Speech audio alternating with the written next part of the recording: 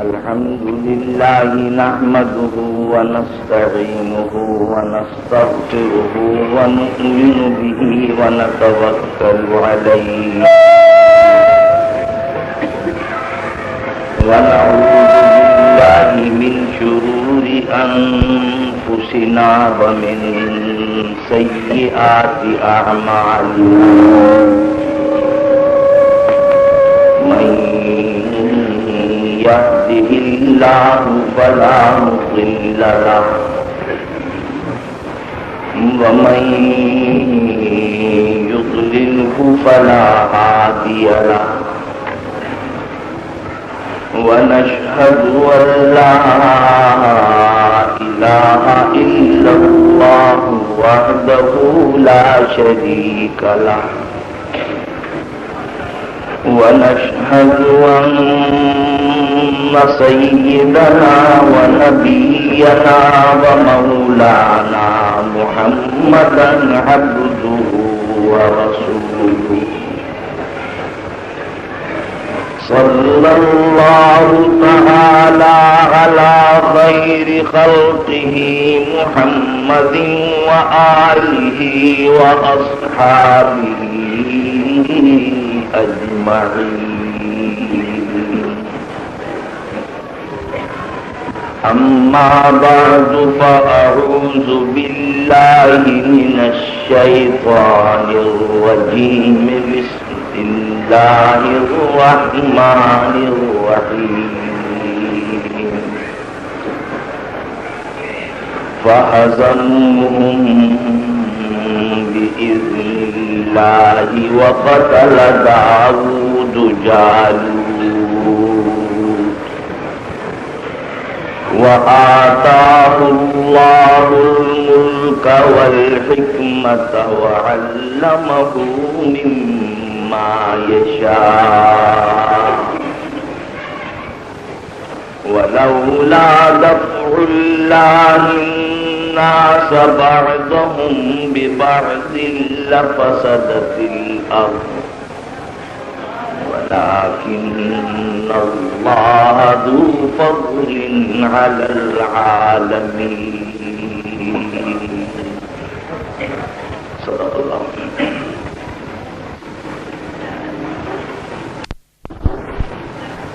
بزرگان محترم اور برادران عزیز،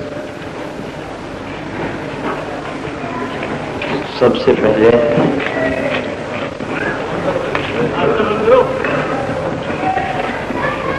میں اپنے نوجوان اور عزیز طالب علموں کو مبارکباد پیش کرتا ہوں جنہوں نے کی سیرت طیبہ کا منعقد کیا جائے، اور اتفاق سے اس زمانے میں یہ بچے تاریخ لینے کے لیے آئے کہ جس زمانے میں ہمارے ملک میں یوم دفاع منایا جا رہا تھا اور اس فتح کی خوشی منائی جا رہی تھی جو بھارت کے مقابلے میں سن 65 کی جنگ میں اللہ تعالیٰ نے پاکستان کو اور مسلمانوں کو عطا فرمائی، اس کی خوشی منائی جا رہی ہے۔ ان بچوں ہی کے دل میں یہ خیال بھی پیدا ہوا اور یہ صحیح پیدا ہوا کہ حضور اکرم صلی اللہ علیہ وسلم کی سیرت طیبہ صرف یہی نہیں ہے کہ ہم اور آپ یہ بیان کریں کہ رسول اللہ نے سارے رات کھڑے ہو کر نوافل ادا کیے، حضور اکرم صلی اللہ علیہ وسلم نے شعبان میں بھی روزے رکھے، رمضان میں بھی روزے رکھے، اور اس کے علاوہ آپ نے کس طریقے سے محبت کا سلوک کیا، پیار کا سلوک کیا، بلکہ آپ کی سیرت طیبہ کا ایک پہلو وہ بھی ہے کہ جس میں حضور اکرم صلی اللہ علیہ وسلم نے دشمنان اسلام کے ساتھ جہاد کیا ہے، اور یہ زندگی کا بڑا حصہ ہے۔ مکی زندگی ساری کی ساری حضور اکرم صلی اللہ علیہ وسلم کی جہاد میں بسر ہوئی ہے۔ ممکن ہے کہ آپ میں سے کوئی صاحب یہ کہے کہ صاحب مکے میں تو جہاد کی اجازت ہی نہیں ملی۔ جہاد عربی میں جہدن سے بنا ہے، اور جہد کے معنی آتے ہیں جد و جہد کرنا، کوشش کرنا، کسی نصب العین اور مقصد کے لیے لگ جانا۔ البتہ وہ جہاد کہ جس میں تلوار ہاتھ میں لے کے میدان میں نکلا جاتا ہے اس کو جہاد بھی کہتے ہیں، جہاد بالسیف، اور اس کو قتال بھی کہتے ہیں۔ تلوار اٹھانے کی اور قتال کی اجازت بے شک مکی زندگی کے اندر نہیں ملی ہے، لیکن ساری مکی زندگی حضور اکرم صلی اللہ علیہ وسلم کی تدبیروں میں، کوششوں میں، جد و جہد کے اندر آپ کی بسر ہوئی، اس لیے مکی زندگی بھی جہاد کی۔ پھر جب آپ مدینے میں تشریف لے اور اللہ تعالیٰ نے مسلمانوں کو قوت و شوکت عطا فرمائی، اس لیے کہ مسلمان کے لیے دو ہی راستے ہیں۔ جس زمانے میں بھی مسلمان جن حالات میں بھی ہو، اس کو یہ سوچنا چاہیے کہ میں مکی زمانے میں ہوں یا مدنی زمانے میں ہوں۔ مکی زمانے کا مطلب یہ ہے کہ جب اسلام یا مسلمان کمزوری کی حالت میں ہے، کفر کی طاقت، فسق کی طاقت، گناہ کی طاقت غالب آ رہی ہے، اور مسلمان اور نیکی کی قوت اس وقت کمزوری کے اندر جا رہی ہے۔ حضور اکرم صلی اللہ علیہ وسلم کی پیدائش کے 1400 سال کے بعد ہی کا یہ واقعہ ہے۔ تو آپ یہ سمجھیے کہ ہم دراصل مکی زندگی میں ہیں۔ کیا مطلب؟ یہ وہ دور ہے کہ جس دور میں سرکار دو عالم صلی اللہ علیہ وسلم نے اپنی زندگی مکے میں گزاری۔ یہی وجہ ہے کہ مسلمانوں کو تلوار اٹھانے کی اجازت نہیں، اس لیے کہ ابھی طاقت پیدا کرنے کی ضرورت ہے، مسلمان کمزور ہیں۔ اور جب مدینے میں پہنچ کر مسلمانوں کو قوت و طاقت اللہ تعالیٰ نے عطا فرما دی، تلوار لے کر نکلنے کی اجازت دی گئی۔ مدنی زندگی کا مطلب یہ ہے کہ طاقت ہے تو تلوار لے کے نکلو، طاقت اگر نہیں ہے تبلیغ اور جد و جہد کا کام کر کے مسلمانوں کو دیندار بنانے کی کوشش کرو، ان کو ہم نوا بنانے کی کوشش کرو، ان کو نصب العین اور مقصد سے آگاہ کرنے کی کوشش کرو۔ وہ کام مکی زندگی کا ہے، یہ کام مدنی زندگی کا ہے۔ چنانچہ مدنی زندگی کے 10 سال حضور اکرم صلی اللہ علیہ وسلم کی جہاد ہی جہاد میں گزرے ہیں۔ علماء نے لکھا ہے کہ کل غزوات اور غزوہ اصطلاح کے اندر اس جنگ اور لڑائی کو کہتے ہیں جس میں حضور اکرم صلی اللہ علیہ وسلم خود شریک ہوئے، اسے غزوہ کہتے ہیں۔ اور جس میں حضور اکرم صلی اللہ علیہ وسلم خود شریک نہیں ہوئے ہیں، لشکر آپ نے سجایا ہے، لیڈر اور لشکر کا امیر آپ نے منتخب فرمایا ہے، اس کے ہاتھ میں جھنڈا دیا ہے سرکار دو عالم صلی اللہ علیہ وسلم نے، ان کو خدا حافظ کہہ کے دشمنوں کے مقابلے کے لیے بھیجا ہے۔ یہ الگ لشکر ہیں، یہ غزوہ نہیں کہلاتا۔ غزوہ وہ ہے کہ جس میں حضور اکرم صلی اللہ علیہ وسلم خود امیر لشکر کی حیثیت سے شریک۔ علماء نے لکھا ہے کہ اگر کل غزوات کی تعداد اگر معلوم کی جائے تو کوئی تقریباً 37 ہے، بعضوں نے 24 لکھی ہے۔ اور اگر ان لڑائیوں کی بھی تعداد شمار کر لی جائے کہ جس میں حضور نے دوسروں کے ہاتھ میں جھنڈا دے کے بھیجا ہے تو کوئی تقریباً 56 کے قریب ہوتے ہیں۔ اب آپ اندازہ لگائیے کہ 10 سالہ زندگی کے اندر آپ تو حساب کتاب اچھا پھیلانا جانتے ہیں، مولوی بیچارے کو تو حساب آتا نہیں۔ ہم نے اپنے استادوں سے سنا تھا، وہ فرمایا کرتے تھے کہ بھئی وہ پکا مولوی اسے کہتے ہیں جسے حساب نہیں، اور پکا تاجر اسے کہتے ہیں کہ جو ہر کام حساب ہی سے کرے۔ رمضان کے زمانے میں، اسی رمضان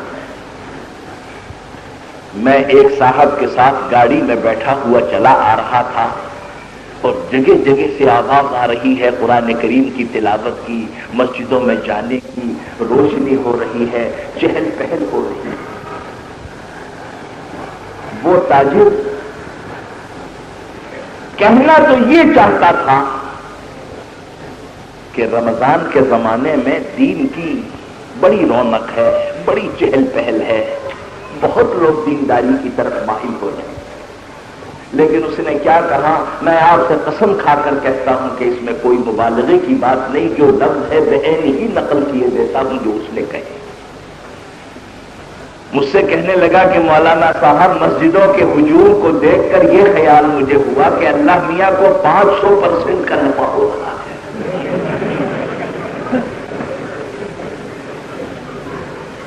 اندازہ لگائیے، کہتا ہے کہ مسجدوں میں جتنا ہجوم ہے، جتنی اسلام کی رونق ہے، اس سے مجھے یہ پتا چلا، ارے نفع ہی اول تو کہنا صحیح نہیں، وہ کہتا 500% نفع ہو رہا ہے۔ آپ نے اندازہ لگا لیا کہ تاجر جو ہے بیچارہ یہ تانا بانا ضرور کرے گا، 99 کے پھیر سے نہیں نکلتا، ہر کام وہ اصل میں شمار کرتا ہے، ان کو حساب اچھا آتا ہے۔ اگرچہ یہ حساب میں کبھی کبھی مارے بھی جاتے ہیں۔ بنیا حساب کا بڑا دل دادا تھا۔ ایک مرتبہ وہ اپنے خاندان کو بہلی کے اندر، جس میں بیل جتا کرتے تھے بجائے گھوڑے کے، اس میں اپنے خاندان کو بٹھا کے خود بھی بیٹھا اور گاڑی بان سے کہا کہ لے کے چل۔ چلتے چلتے ایک ایسی جگہ پہنچے کہ جہاں پر ایک چھوٹی سی نہر آ گئی۔ اب گاڑی بان نے کہا کہ جی حضور آپ بتائیے کیا خیال ہے آپ کا؟ اس نے کہا کہ تو ٹھہر جا، میں ذرا نیچے اتر کے اس کی گہرائی، اس کے کنارے کو، اس کے بیچ کو دیکھ کے حساب لگاتا ہوں، اور حساب سے اگر صحیح ہوگا تو گاڑی ڈال دینا بیچ میں۔ بنیا اترا اور اتر کے اس نے ایک کونے کو ناپا، اس کے بعد اس نے دیکھا کہ یہ اتنا گہرا ہے، پھر اس نے بیچ میں ناپا اور پھر آخر کے کنارے کو ناپا اور اس کا نکالا، اس نے ایوریج نکالا، اوسط نکالا۔ ارے اللہ کے بندے، اوسط نکالنے سے کیا فائدہ؟ گاڑی اگر ڈوبے گی تو بیچ میں ڈوبے گی، تو ایوریج پہ چھوڑی ڈوبے گی گاڑی۔ لیکن اس نے اوسط نکالا تو اوسط تو قدرتی طور پر کم نکلنا تھا۔ بنیے نے کہا اس سے گاڑی باندھ سے کہ تو بے شک گاڑی ڈال دے، اس لیے کہ میں نے اپنا پورا حساب مرتب کر لیا ہے اور اس سے کوئی نقصان پہنچنے والا نہیں ہے، اور یہ کہہ کر اس نے اس کو کہہ دیا کہ گاڑی ڈال دے بیچ میں۔ گاڑی باندھ نے جو گاڑی ڈالی بیچ میں تو وہ ہلنے لگی۔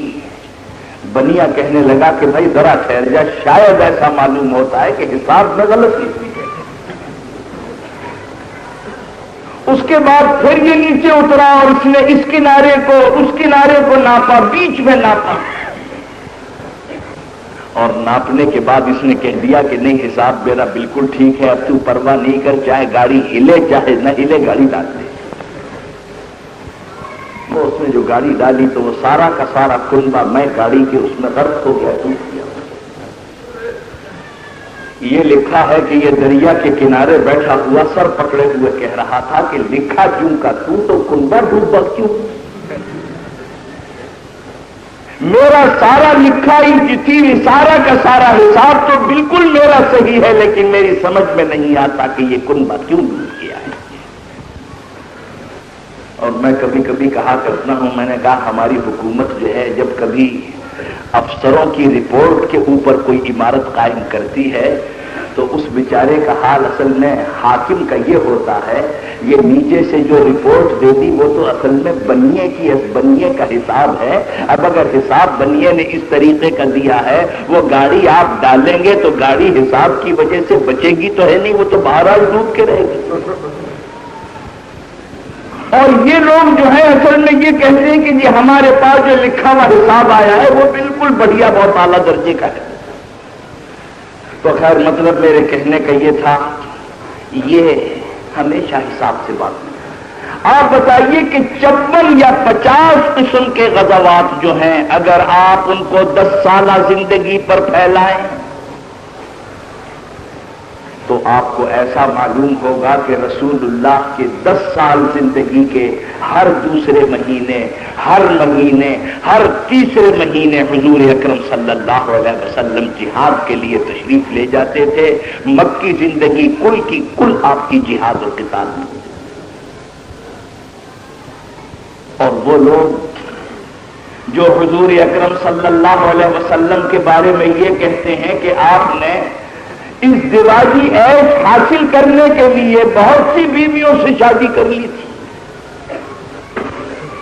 جیسے کہ یورپ کے مستشرقین اعتراض کرتے ہیں،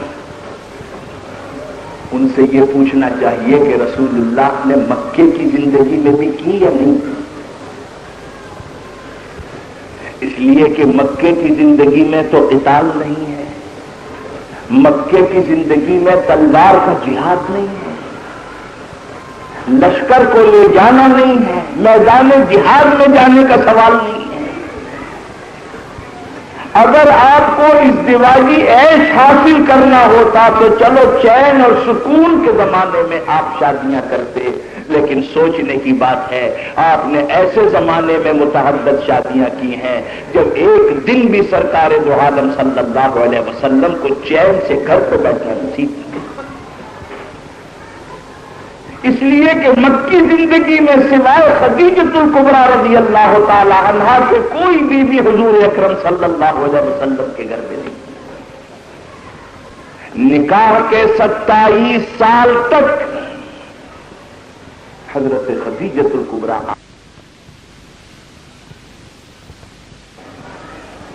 اور جو لوگ اپنے نفسانی عیش کی وجہ سے اسلام کو بدنام کرتے ہیں اور یہ کہتے ہیں کہ جی ہم نے تو اس لیے دوسرا نکاح کیا کہ رسول اللہ کی سنت ہے۔ ارے بھائی رسول اللہ کی سنت تو یہ ہے کہ رسول اللہ نے پہلے نکاح پہ 27 سال گزار دیے، تب آپ نے دوسرا نکاح کیا۔ مہربانی کر کے آپ بھی اپنی پہلی بیوی کے ساتھ 27 سال گزار دیجئے، اور پھر اگر آپ رشتہ بھیجیں گے تو کہیں گے کہ یہ تو بڑے میاں ہیں، یہ تو شادی کے قابل نہیں۔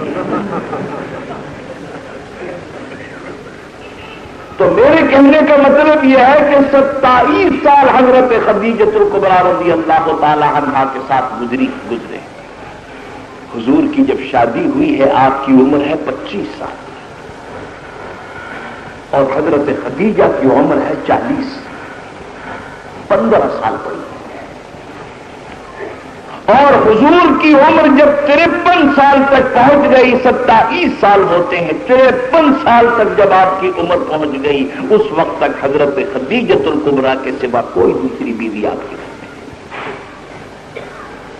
اگر آپ کو عیش اٹھانا ہوتا تو آپ 30 سال کی عمر میں کرتے، 35 سال کی عمر میں کرتے، 40 سال کی عمر میں کرتے، 45 سال کی عمر میں کرتے، 50 سال کی عمر میں۔ مگر آپ نے اس زمانے میں کیا ہے کہ جب آپ کی زندگی کے صرف 8-9 سال باقی رہ گئے، 63 سال آپ کی کل عمر ہوئی ہے، اور 53 سال کی عمر تک حضرت خدیجۃ الکبریٰ کے سوا کوئی بیوی نہیں ہے۔ یہ درمیان کے 8-9 سال میں حضور اکرم صلی اللہ علیہ وسلم نے متعدد بیویوں سے نکاح۔ اس سے معلوم ہوا کہ کوئی اسلام کی حکمت اور اسلام کی مصلحت تھی کہ جس کی خاطر حضور اکرم صلی اللہ علیہ وسلم نے متعدد نکاح فرمائے۔ کیا حکمت تھی؟ ایک حکمت تو یہ تھی کہ رسول اللہ کی جو زندگی ہے وہ ہے دین اور شریعت، اور باہر کی جو زندگی ہے وہ تو صحابہ نے جمع کر لی، مرتب ہو گئی، لیکن خانگی اور گھریلو زندگی جو ہے وہ اب تک جمع نہیں کی گئی، اب تک مرتب نہیں کی گئی، اور وہ جمع نہیں ہو سکتی جب تک کہ خواتین اور عورتیں وہ رشتہ قائم کر کے حضور اکرم صلی اللہ علیہ وسلم کو نہ دیکھیں جس کا نام ازدواجی ہے۔ کوئی ماں اگر اپنے بیٹے کی زندگی کا مطالعہ کرے تو وہ یہ تو بتا سکتی ہے کہ بحیثیت بیٹے کے یہ آدمی اچھا ہے، ماں کے ساتھ اس کا برتاؤ اچھا ہے، لیکن کوئی ماں یہ نہیں بتا سکتی کہ اگر اس کے ساتھ کسی لڑکی کا دامن وابستہ کر دیا جائے اور اس کو بیوی بنا دیا جائے، یہ آیا بیوی کے لیے شوہر بھی اچھا ہے یا نہیں ہے، ماں نہیں بتا سکتی۔ ایک بہن یہ بتا سکتی ہے کہ میرا بھائی اچھا ہے۔ ایک صاحب میرے دوستوں میں سے ہیں، بڑے دیندار، بڑے نیک، کچھ روز کے بعد تشریف لائے اور فرمانے لگے کہ وہ میری لڑکی کی شادی ہوئی تھی، وہ شوہر کے پاس رہنا نہیں چاہتی۔ تو میں نے کہا کہ بھئی آپ کے تو گھر کا ماحول ایسا ہے، کیا بات ہے، کیا وجہ ہے؟ ایک دن وہ لڑکا آیا، اس لڑکے سے میں نے پوچھا کہ ارے بھائی کیا تمہاری طرف سے کوئی کوتاہی ہے، کوئی خرابی ہے، آخر یہ کیا وجہ کہ وہ لڑکی رہنا نہیں چاہتی ہے؟ اور لڑکی تھی پڑھی لکھی۔ تو اس لڑکے نے کہا کہ صاحب بات یہ، مجھے تو صرف اتنی بات معلوم ہوئی ہے، ایک دن وہ لڑکی یہ کہہ رہی تھی کہ تمہیں شاپنگ کا طریقہ نہیں آتا ہے، اس لیے میں تمہارے نکاح میں نہیں رہنا چاہتی۔ یورپ کے اخبارات میں تو پڑھا کرتے تھے، اخبار میں ایک واقعہ پڑھا کہ ایک خاتون تشریف لے گئی عدالت میں اور جا کر سچا سا جواب اپنے شوہر کو دے دیا کہ میں نے 1 2 3 طلاق دے دی تھی، اس لیے کہ وہاں تو عورتیں طلاق دیتی۔ وہ بیچارے میاں صاحب ہاتھ جوڑ کے پوچھنے لگے جی قصور تو بتا دیجیے کیا؟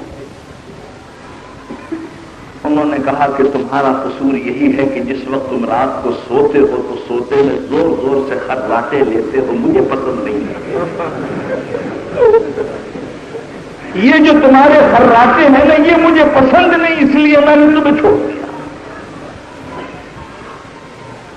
دوسری عورت گئی اور اس نے جا کے شوہر کو طلاق دی، انہوں نے کہا حضور میرا کیا قصور ہے؟ میں کہا جج نے پوچھا کہ کیا وجہ ہے جو تم طلاق دے رہی ہو؟ اس نے کہا جی حضور بات یہ ہے، مجھے کتوں سے محبت ہے، میں کتے پالتی ہوں، میرے شوہر کو کتوں سے کوئی دلچسپی نہیں، میں ایسے آدمی کو شوہر نہیں بناتی۔ وہ فرمانے لگے کہ ایک دن لڑکی نے مجھ سے یہ کہا کہ جی میں اس لیے تمہارے ساتھ نہیں رہنا چاہتی کہ میرے شوہر کو شاپنگ کا طریقہ نہیں آتا۔ تو میں نے ان سے پوچھا بھائی ہم لوگ تو اصل میں ان چیزوں سے واقف نہیں، تو میں نے ان سے کہا، میں نے کہا بھائی یہ تو آج نئی بات سنی ہے، کیا شاپنگ کا بھی کوئی طریقہ ہوتا ہے؟ ارے بھائی ہم تو یہ جانتے ہیں کہ کوئی دکان پہ گیا اور دکان پہ جا کے کوئی چیز خرید لایا، شاپنگ کا طریقہ کیا ہوتا ہے؟ تو وہ ہنسنے لگا، اس نے کہا کہ جی شاپنگ کا طریقہ یہ ہے کہ اگر بیگم صاحبہ ساتھ ہوں، جو سامان تم نے دکان سے خریدا ہے وہ سامان دکان سے لے کر تم ہاتھ میں اٹھاؤ، بیگم صاحبہ آگے آگے چلے اور تم اردلیوں کی طرح سامان لاتے ہوئے پیچھے پیچھے چلے۔ اس بیچارے سے کہیں یہ قصور ہو گیا ہوگا کہ یہ کہیں اپنی بیوی کے آگے آگے چلنے لگے۔ آپ اندازہ لگائیے کہ ہمارا معاشرہ کدھر جا رہا ہے، سوچنے کی بات ہے۔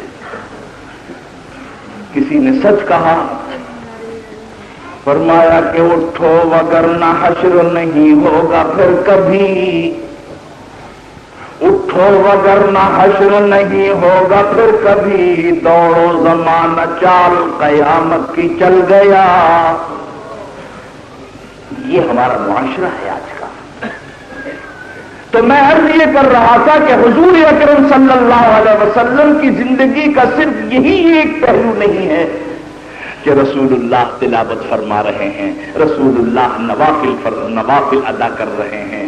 رسول اللہ کی زندگی کا تابناک اور روشن پہلو یہ بھی ہے کہ ہاتھ میں تلوار ہے سرکار دو عالم صلی اللہ علیہ وسلم کے، اور میدان جہاد اور میدان قتال میں نظر آ رہے ہیں. یہ بھی آپ کی سیرت ہے. لیکن بات اصل میں یہ ہے کہ یہ پہلو اس لیے لوگ زیادہ بیان نہیں کرتے کہ لوگ یہ پوچھیں گے کہ جی اگر حضور کا یہ بھی سیرت کا پہلو ہے تو آپ کے ہاتھ میں تو کبھی تلوار چھوڑ ہم نے ڈنڈا بھی نہیں دیکھا.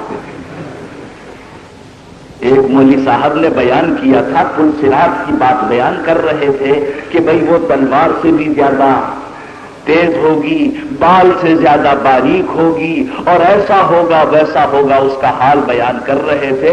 تو کسی نے مولوی صاحب سے کہا کہ مولوی صاحب جب آپ جیسے لوگ ایسی باریک چیز کو پار کر لیں گے ذرا میرے ساتھ تو تشریف لائیے. وہ ایک ذرا سی کہیں وہ بنی ہوئی تھی، بٹیا بنی ہوئی تھی، اس پہ کہا مولوی صاحب سے کہ چل کے دکھائیے ذرا. اب وہ مولوی صاحب سے چلا نہ جائے تو کہنے لگا کہ مولوی صاحب آپ وہ بال سے باریک چیز پہ کیسے چلیں گے، یہ تو اتنی موٹی سی چیز پہ ہی نہیں چلا جاتا. آپ سے مطالبہ کریں گے، قوم مطالبہ کرے گی، اور وہ یہ کہ رسول اللہ نے خون بہانے کے لیے تلوار لے کر نکلے تھے تو ہم نے تو کبھی پسینے کا ایک قطرہ بھی نہیں دیا. آج رسول اللہ کی زندگی کے اس پہلو کو ہم نے چھپا کے رکھا ہوا ہے.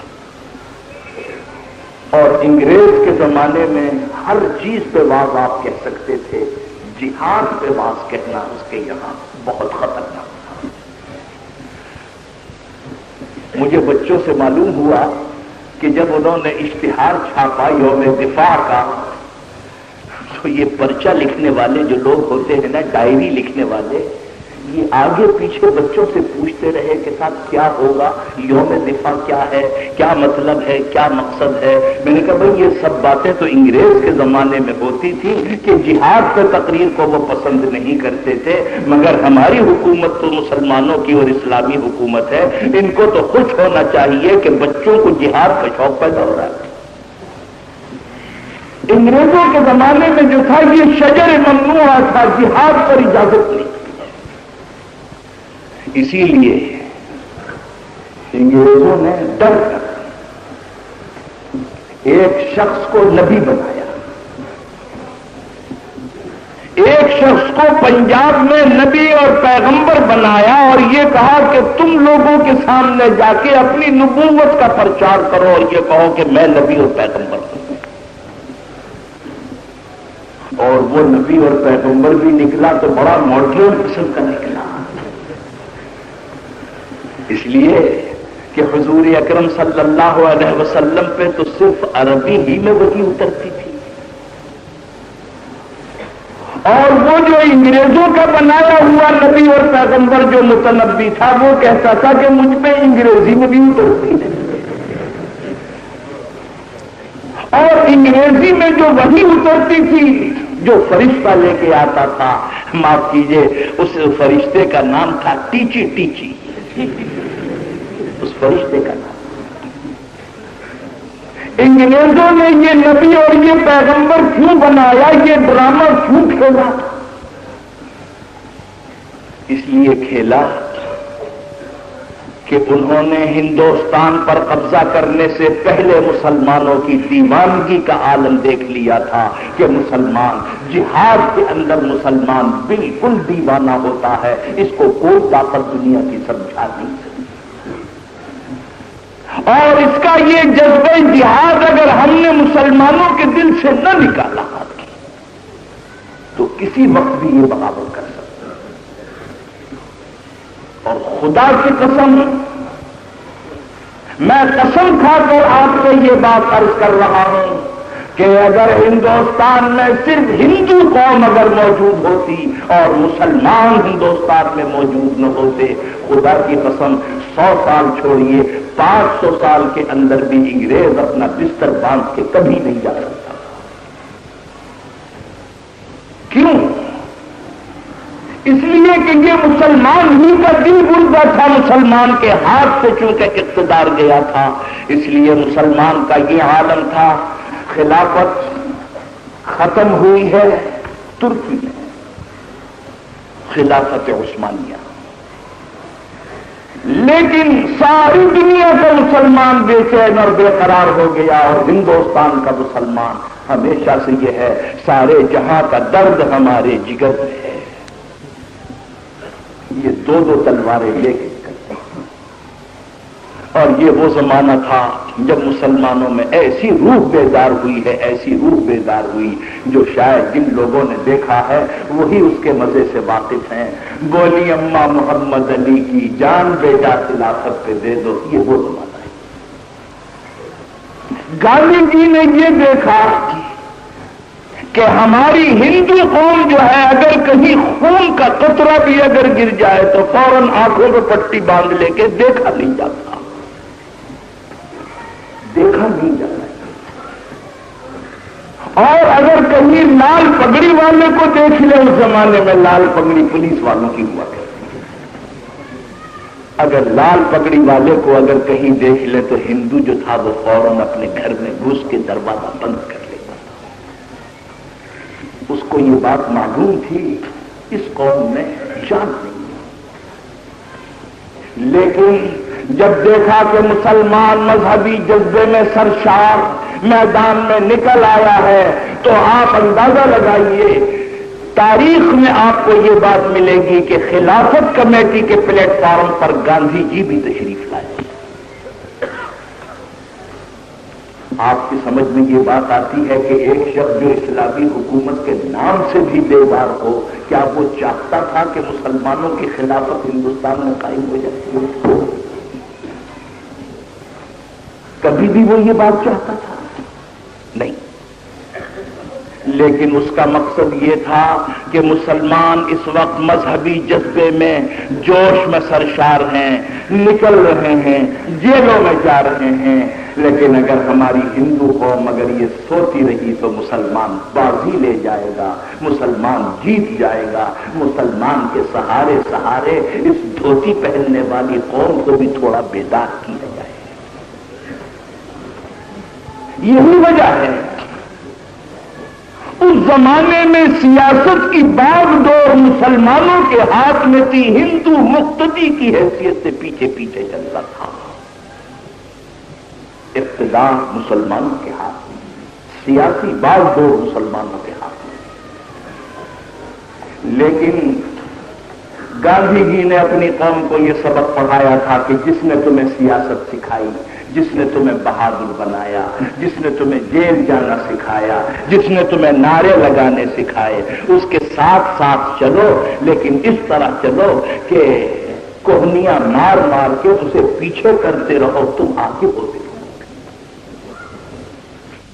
اور نتیجہ یہ ہوا کہ جب آزادی کی منزل قریب آئی تو مسلمانوں نے دیکھ لیا کہ وہ قیادت اور وہ باغ دور سیاست کی جو ہمارے ہاتھ میں تھی اور ہندو پیچھے پیچھے چل رہا تھا، وہ باغ دور آج ہندو کے ہاتھ میں ہے اور مسلمان پیچھے پیچھے چل رہا ہے.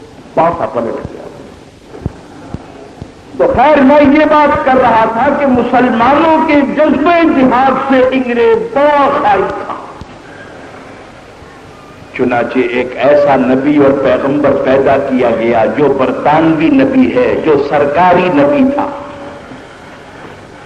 جس نے سب سے پہلا کام یہ کیا کہ میں دنیا میں نبی بنا کر بھیجا گیا ہوں. آپ کے آنے کا مقصد کیا ہے؟ مقصد آنے کا آپ کے یہ ہے کہ اس نے کہا کہ مقصد آنے کا یہ ہے کہ میں جہاد کو منسوخ کرنے کے لیے آیا ہوں. جہاد منسوخ ہو گیا ہے. انگریز اس بات سے بڑا خوش ہوا، اس لیے کہ چلو کوئی ایسا آدمی تو آیا کہ جس نے مسلمانوں کو یہ بتایا کہ جہاد ختم ہو گیا ہے، جہاد منسوخ ہو گیا.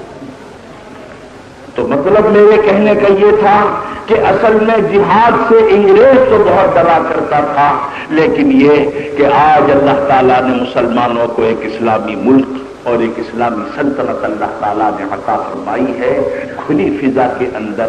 آئیے جذبہ جہاد پر ہم تھوڑی سی دیر کے لیے بیٹھ کے غور کریں۔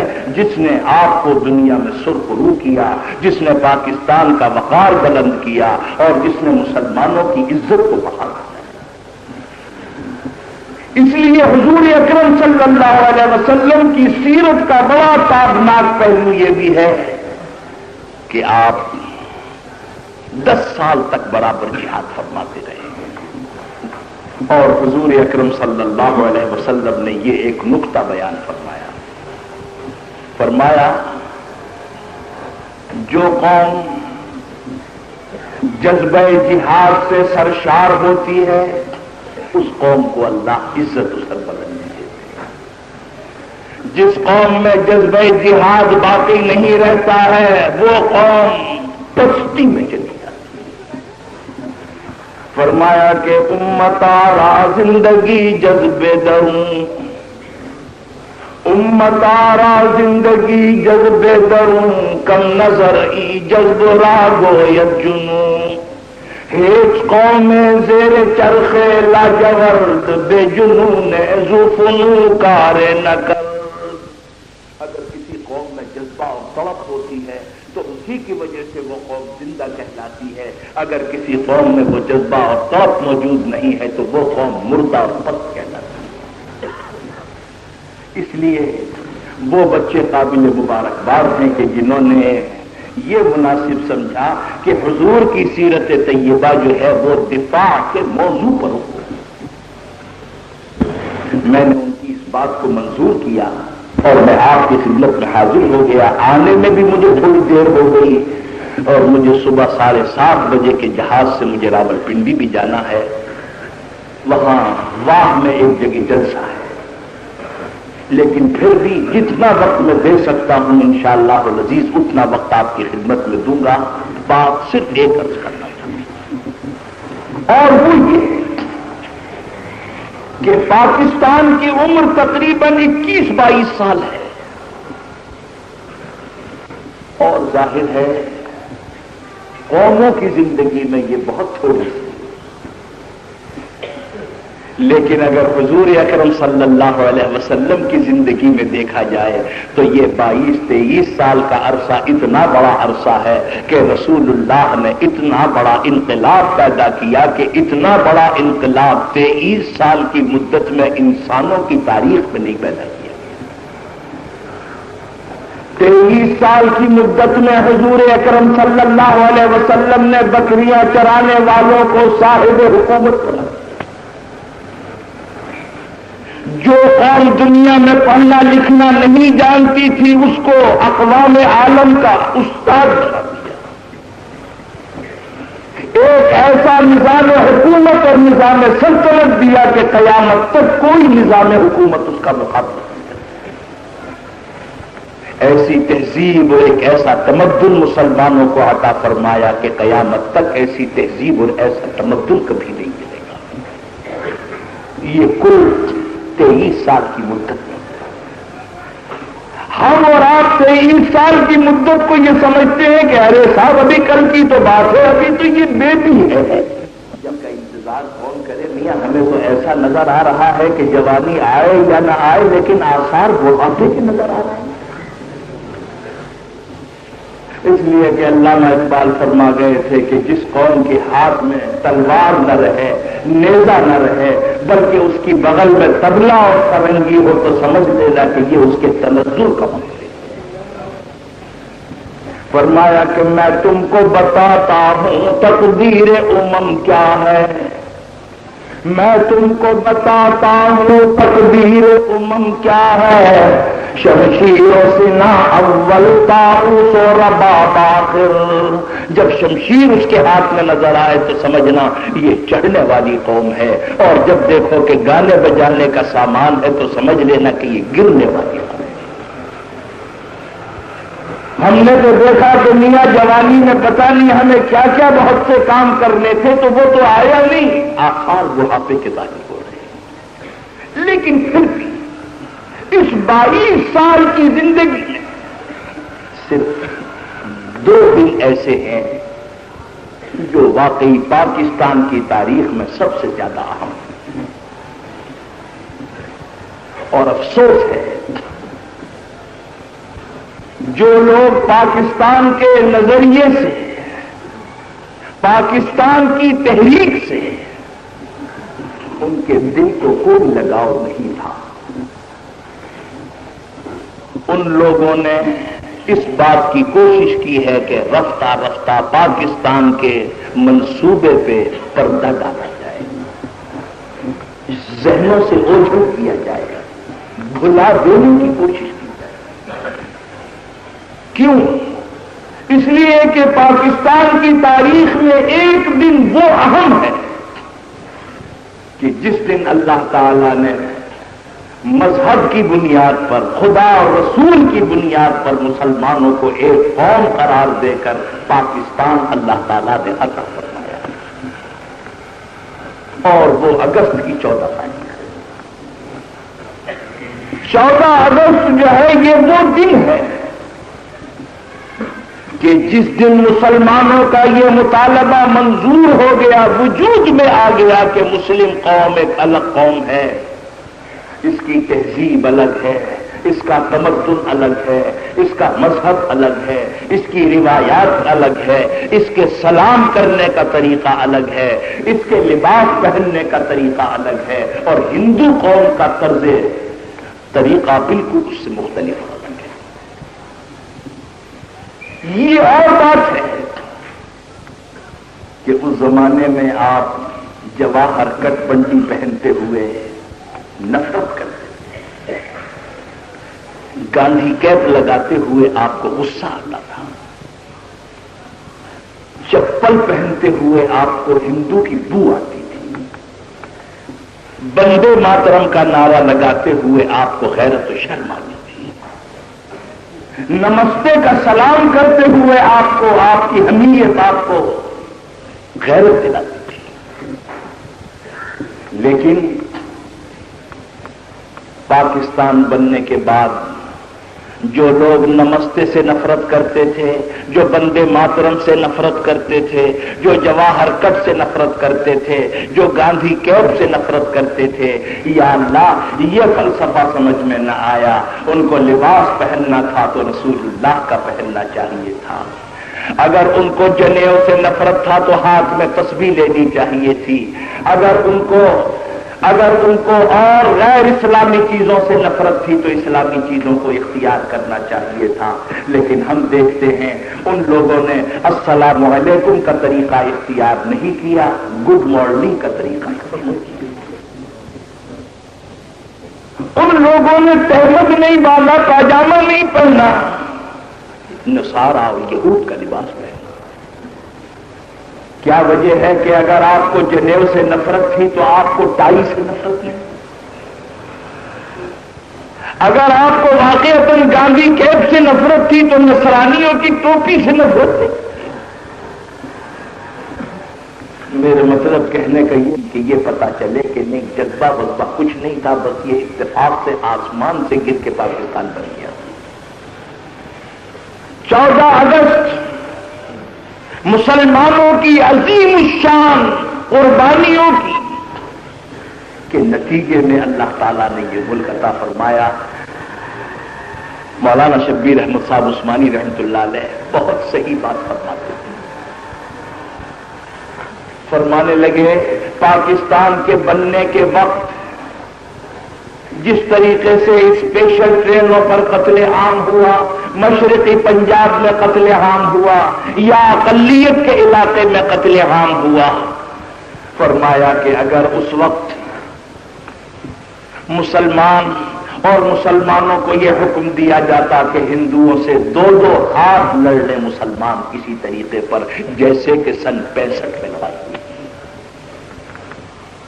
آپ نے دیکھا کہ سن 65 کے اندر بھی ہماری جانیں بہت سی کام آئی ہیں، بہت سے لوگوں نے جام شہادت پیا ہے، لیکن ان لوگوں نے جام شہادت پی کر پاکستان کو ہمیشہ کے لیے سرخ رو بنا دیا اور انہوں نے پاکستان کا سر ہمیشہ کے لیے اونچا کر دیا۔ لیکن لاکھوں کی تعداد میں اس وقت مسلمان کٹ گئے کہ جس وقت 47 کے اندر پاکستان بن رہا تھا۔ تو اس کا مطلب یہ ہے اگر اس زمانے میں اس طرح مسلمان نہ مرتے بلکہ جہاد کرتے ہوئے اگر مسلمان شہید ہوتے تو خدا کی قسم پاکستان کا یہ نقشہ نہ ہوتا بلکہ پاکستان دہلی تک بنا ہوتا۔ لیکن بہرحال لاکھوں انسان مارے گئے، ماؤں کی اور بہنوں کی عزتیں اٹھ گئی، اور میں یہ سمجھتا ہوں ان شہیدوں کی لاشیں ابھی تک تڑپ رہی ہیں، ان کے خون ابھی تک تازہ ہیں، وہ عورتیں ابھی تک کراہ رہی ہیں اور چلا رہی ہیں کہ جن کی آبرو اور جن کی عصمتیں لوٹی۔ وہ لوگ سب سے زیادہ بے غیرت ہیں کہ جنہوں نے تڑپتی ہوئی لاشوں پر بیٹھ کر انہوں نے عیاشی شروع کر دی، شراب پینا شروع کر دیا، ڈانس کرنا انہوں نے شروع کر دیا، اس لیے کہ غیرت آنی چاہیے تھی۔ وہ تڑپتی ہوئی لاشیں ابھی مطالبہ کر رہی ہیں کہ جب تک ہمارے آقا اور اللہ کا دین یہاں پر قائم نہیں ہو جاتا ہے ان کی روح میں سکون نہیں پیدا ہوتا۔ تو میں نے عرض کیا کہ سن 47 کے اندر کتنی بڑی عظیم الشان قربانی دینی پڑی مسلمانوں کو، اور اللہ نے یہ ملک عطا کیا۔ جذبہ، میں پاکستان بننے سے تقریباً 8 یا 9 دن پہلے کراچی میں موجود تھا، اور میرا قیام تھا اس زمانے میں نئی دہلی میں، اور یہ اپنے سارے سرکاری افسران حضرات یہ ہمارے اس زمانے میں سب دوست تھے، اور اس زمانے میں یہ کہا کرتے تھے عالم تو صاحب وہ ہونا چاہیے بس وہ اس کی پرواہ نہ کرے اور اس کا خیال نہ کرے، ہر بات کہے پر۔ میں ان سے کہا کرتا تھا کل کو آپ جب کرسی سنبھال لیں گے ممکن ہے کہ برداشت نہ کریں۔ اس کی وجہ یہ ہے کہ جب ایک عورت بہو بنتی ہے تو اس کے جذبات کچھ اور ہوتے ہیں، وہی عورت جب، اور آج جیسا کہ میں نے عرض کیا کہ اصل میں جب تک بہو تھی تو کچھ اور جذبات سے ساتھ بنی تو دوسرے جذبات ہو گئے۔ اس زمانے کی بات عرض کر رہا ہوں کہ آج دن پہلے میں یہاں موجود تھا، اور کوشش ہماری یہ تھی کہ اسمبلی کا اجلاس تلاوت قرآن سے شروع، یعنی جو ممبر اندر ہیں ان کو قرآن کریم کی تلاوت سے شروع کرنا چاہیے۔ چنانچہ حضرت مولانا شبیر احمد صاحب عثمانی رحمۃ اللہ علیہ کی تلاوت سے قرآن کریم کی تلاوت سے سب سے پہلے اسمبلی کا اجلاس ہوا۔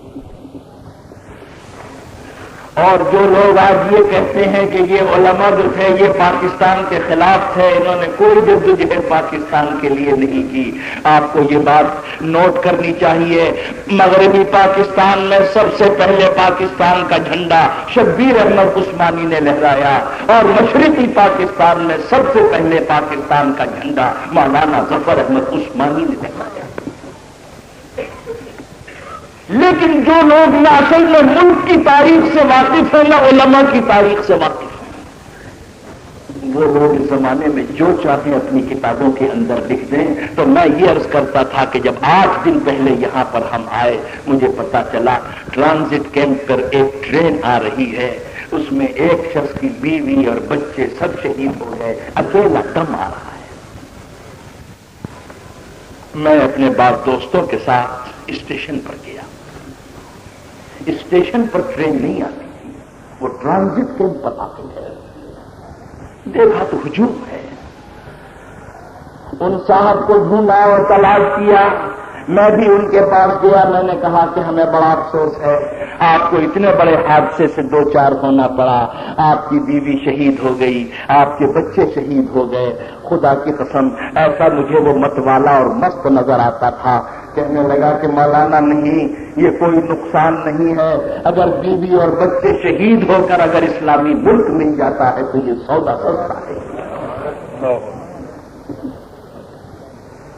آپ نے اندازہ لگایا کہ یہ قوم کے جذبات تھے اور یہ وہ جذبات تھے کہ اگر یہ جذبات باقی رہے کسی قوم کے اندر تو خدا کی قسم میں یہ کہتا ہوں بھارت کیا اس سے بڑے کسی ملک سے بھی مقابلہ ہو تو یہ قوم فتح کرے.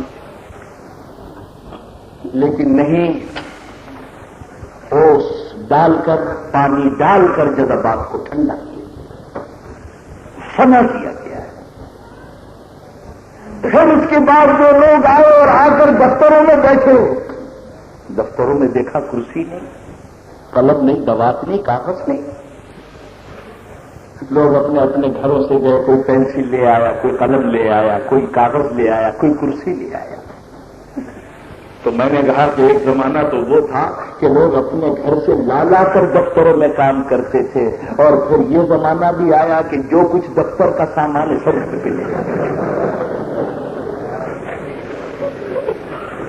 اندازہ لگائیے کہ کتنا فرق ہو گیا. یا گھر کا سامان لا لا کر سجا رہے ہیں دفتروں کے اندر، اور یا سجے سجائے دفتر کو غائب کر رہے ہیں. خیر مطلب میرے کہنے کا یہ تھا، ایک دن پاکستان کی تاریخ میں سب سے زیادہ اہم دن وہ ہے جب اللہ نے ایک اسلامی ملک اور ایک اسلامی سلطنت آپ کو عطا فرمائی. یاد رکھیے، اگر دنیا کی کسی قوم کو آپ ہیروں میں تولیں، سونے میں لاد دیں،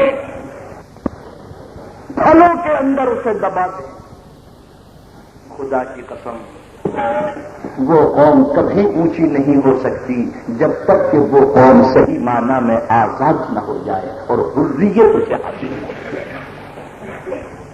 سب سے بڑی نعمت اور سب سے بڑا انعام کسی قوم کے لیے یہ ہے کہ وہ قوم غلام نہ ہو کسی کی آزاد سے. ساؤتھ افریقہ میں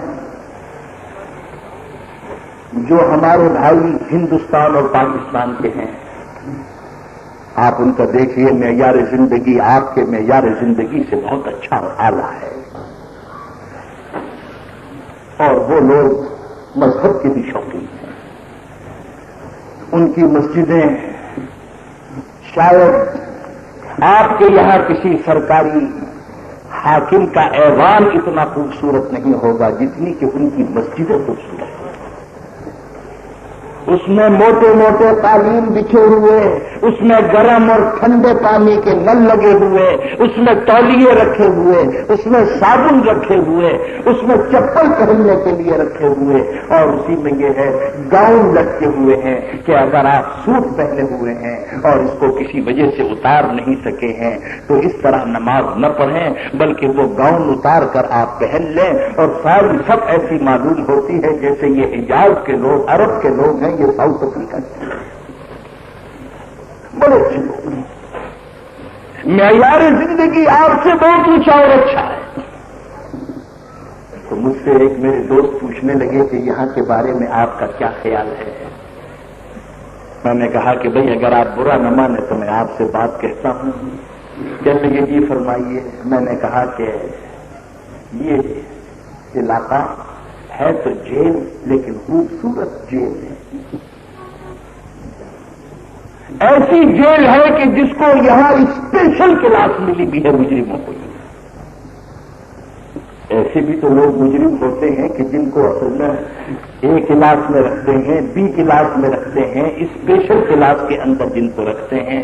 مطلب میرے کہنے کا یہ ہے، اگر کوئی قوم آزاد نہ ہو، چاہے کھانے پینے کو آپ اس سے بہتر دیں، آپ اس کو سونے میں لاد دیں، آپ اس کو ہیرے اور جواہرات میں لاد دیں، لیکن یاد رکھیے کہ اگر کوئی قوم آزاد نہیں ہے، لاکھ نعمتیں بھی یہ وہ نعمتیں نہیں ہیں.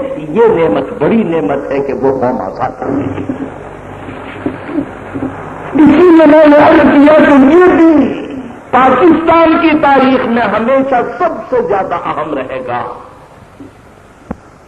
چاہے آپ اس کو کتنا ہی مٹانے کی کوشش کریں کہ یہ دن اہم نہیں رہا ہے، اس دن میں کوئی اہمیت نہیں رہی ہے، لیکن بہرحال پاکستان کی تاریخ میں در حقیقت یہی دن سب سے زیادہ اہم ہے. ایک اور پاکستان کی تاریخ میں دوسرا دن وہ سب سے زیادہ اہم ہے کہ جس دن اللہ تعالیٰ نے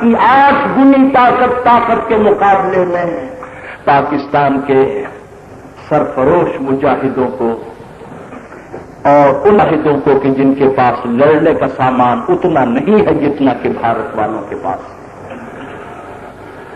ان کے مقابلے پر اللہ تعالیٰ نے ان کو فتح، کامرانی اور عزت عطا فرمائی، بلکہ ہونا یہی چاہیے تھا۔ اس کی وجہ یہ ہے اس قوم کی بزدلی، وہ قوم دنیا میں سب سے زیادہ بزدل ہے جو اعلان کیے بغیر حملہ کرتی، وہ قوم دنیا میں سب سے زیادہ بزدل ہے۔ اسلام یہاں تک کہتا ہے کہ اگر کسی قوم کے درمیان تمہارے ان کے معاہدہ ہے، تمہارے لیے حملہ کرنا جائز نہیں ہے جب تک اعلان کر کے یہ نہ بتا دو کہ بھئی اب تمہارے درمیان کچھ نہیں رہا، ہوشیار ہے۔ لیکن آپ کو معلوم ہے بھارت والوں نے بغیر کسی نوٹس کے اور رات کے وقت حملہ کیا، اور یہ قوم جو بغیر کسی اطلاع کے حملہ کرتی ہے یہ دنیا میں سب سے زیادہ ظالم ہے۔ ظالم ہونے کی وجہ یہ ہے کہ اصل میں لڑائی میں لڑنے والے بوڑھے نہیں ہوتے، بوڑھی عورتیں نہیں ہوتی، مذہبی راہب بوڑھے نہیں ہوتے، بچے نہیں ہوتے۔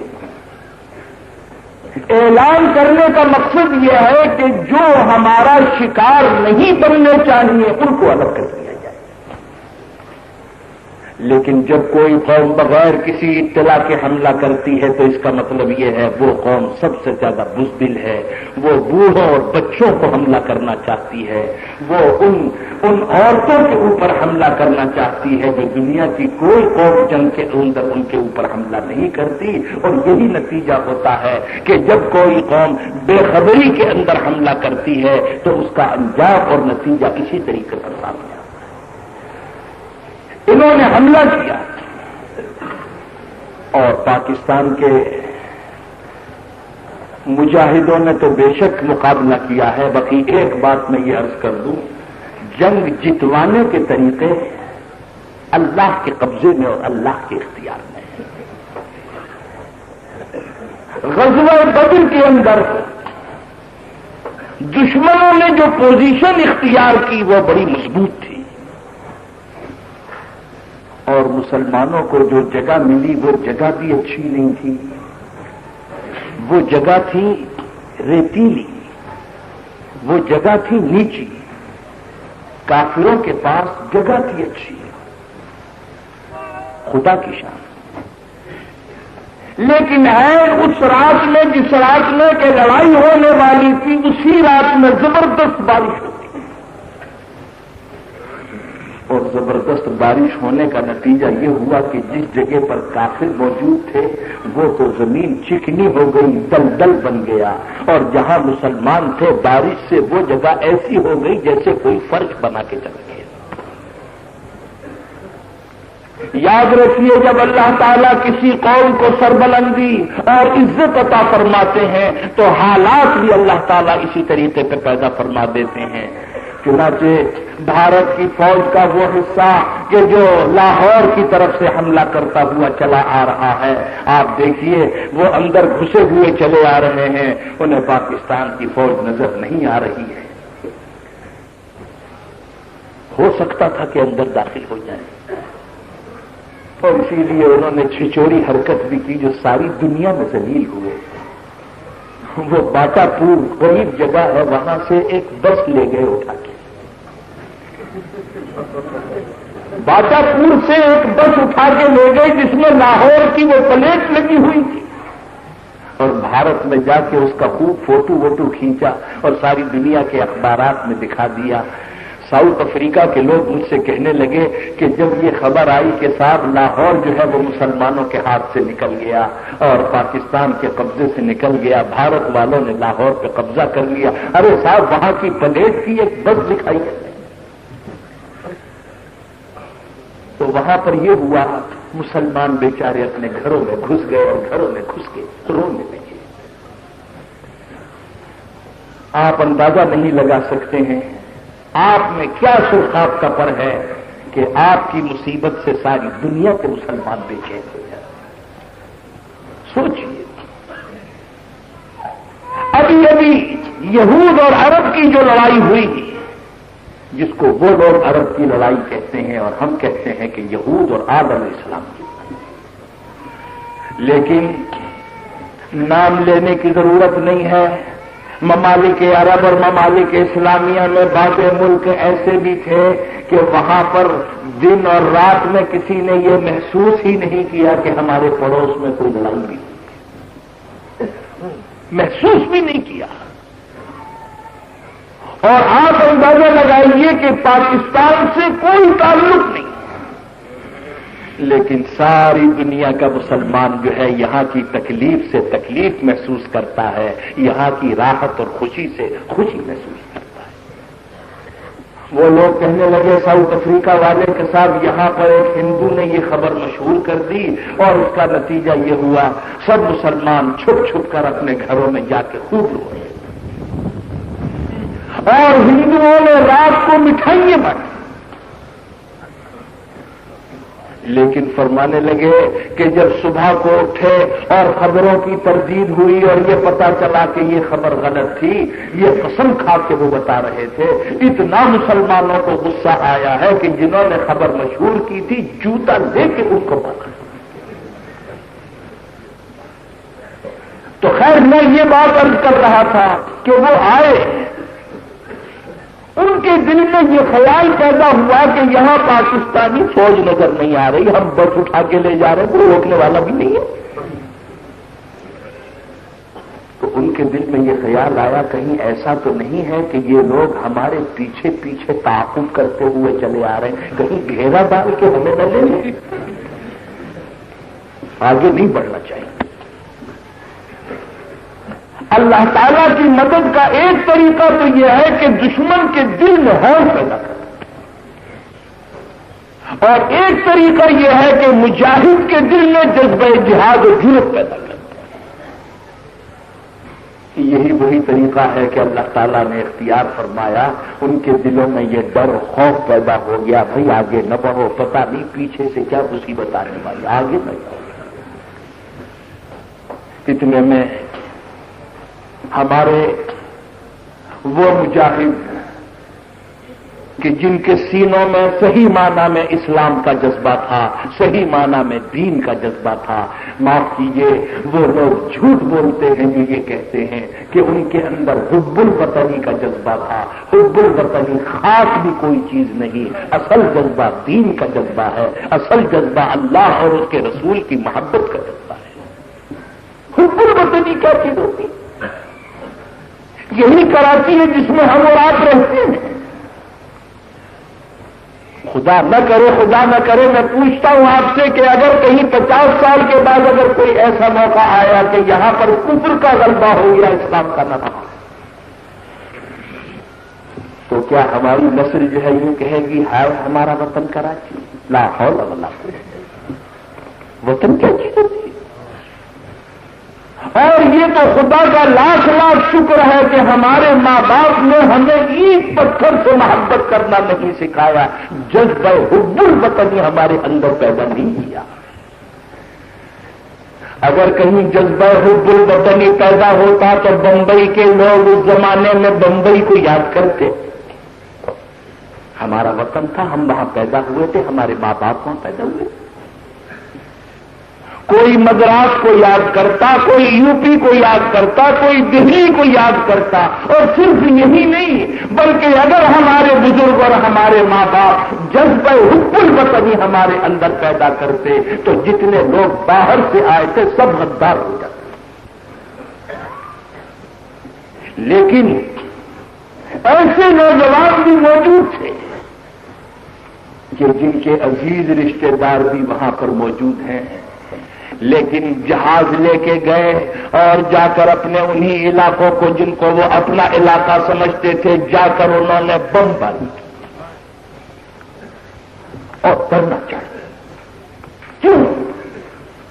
اس لیے کہ اسلام یہ کہتا ہے وطن کوئی چیز نہیں، اگر وطن ہے تو وہ ایک علاقہ وطن کہلاتا ہے جس میں اللہ کا دین قائم کیا جا سکتا ہے، وہ علاقہ وطن ہے اسلام کا۔ اور جہاں پر کفر کا غلبہ ہے اور جہاں پر اللہ کا دین قائم نہیں کیا جا سکتا، وہ وطن نہیں ہے۔ اینٹ پتھر سے محبت کرنا نہیں سکھایا۔ اسی لیے علامہ اقبال نے صحیح بات کہی، اس نے کہا کہ گفتار سیاست میں وطن اور ہی کچھ ہے، گفتار سیاست میں وطن اور ہی کچھ ہے، ارشاد نبوت میں وطن اور ہی کچھ ہے۔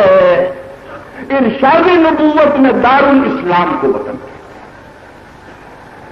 اب آپ سمجھ گئے ہمارا اور آپ کا سب کا وطن کیا ہے؟ دارالاسلام، اسلامی ملک اور اسلامی سلطنت، یہ ہمارا۔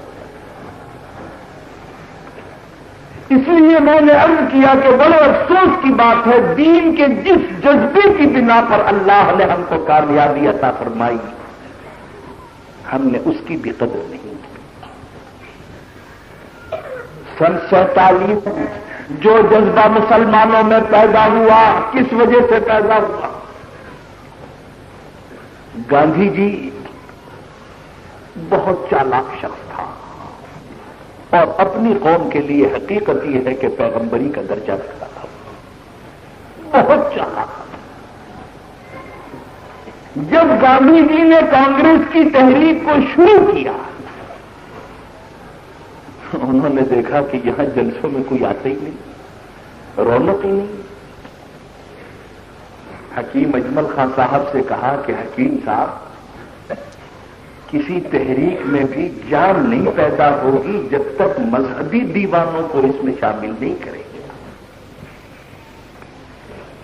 کچھ ذرا مولوی ملانوں کو بلا کے لائیے، کچھ ذرا فتویٰ وغیرہ دلوائیے، ذرا قرآن و حدیث سنوائیے، ذرا مسلمانوں میں حرارت پیدا کیجیے، تباہی کی بات۔ آپ نے اندازہ لگا، انہوں نے کہا کہ جب تک اس میں جان نہیں آئے گی، جب تک مذہبی دیوانوں کو شامل نہیں کیا جائے گا۔ میں نے کہا جی بہت اچھا، مذہبی دیوانوں پہ جال ڈالا جانے لگا، جیسے پرندوں کو پکڑنے کے لیے جال ڈالتے ہیں، بھائی لاؤ انہیں پکڑ پکڑ کے ضرورت ہے اس وقت۔ اس زمانے میں حضرت مولانا محمد علی صاحب منگیری رحمت اللہ علیہ، شاہ فضل الرحمان صاحب گنج مراد آبادی رحمت اللہ علیہ کے خلیفہ تھے، بڑے اللہ والے، بڑے نیک۔ گاندھی جی نے کہا کہ سب سے پہلے ان کے پاس چلے۔ مولانا محمد علی، مولانا شوکت علی، ڈاکٹر انصاری، حکیم اجمل خان، یہ سب کے سب چلے ہیں۔ کہاں؟ جال لے کے جا رہے ہیں، شکار کھیل۔ مولانا محمد علی منگیری رحمت اللہ علیہ کے پاس پہنچے اور گاندھی جی نے اپنی اسی مکارانہ انداز میں فرمایا کہ مولانا، میں نے قرآن کا مطالعہ کیا ہے، ایسی تو کتاب ہی دنیا میں نہیں دیکھی، ایسی اعلیٰ کتاب ہے، میں نے تو اپنی پرارتھنا میں بھی قرآن کا حصہ داخل کر لیا ہے، اور میں نے رسول اللہ کی زندگی دیکھی، واہ واہ عجیب زندگی رسول اللہ کی، خوب پڑھی۔ مولانا محمد علی منگیری رحمت اللہ علیہ گردن جھکائے سنتے رہے۔ جب گاندھی جی جگالی کر چکے تو مولانا محمد علی منگیری رحمت اللہ علیہ نے فرمایا کہ گاندھی جی، آپ نے قرآن اور پیغمبر اسلام کے بارے میں جو کچھ فرمایا ہے، ہمارا قرآن اور پیغمبر اسلام اس سے بھی بہت اونچے ہیں، لیکن میں آپ سے صرف ایک بات یہ پوچھنا چاہتا ہوں کہ گاندھی جی، اگر مذہب اسلام اتنا اچھا ہے، اگر قرآن اتنا اچھا ہے، اگر پیغمبر اسلام اتنا اچھا ہے، تو وہ عیب بھی تو بتا دیجئے جس کی وجہ سے آپ اب تک مسلمان نہیں ہوئے۔ وہ قرآن میں آپ کو کھوٹ کون سا نظر آیا جو اب تک قبول نہیں کیا آپ نے؟ وہ رسول اللہ کی سیرت میں آپ کو عیب کون سا نظر آیا جس کی وجہ سے رسول اللہ کے ہاتھ پر اوپر ایمان دکھایا؟ گاندھی جی نے تو یہ سوچا تھا کہ میں جال ڈالنے کے لیے آیا ہوں یہاں پر، لیکن انہیں یہ پتا نہیں تھا کہ ایسا سارا پڑے گا۔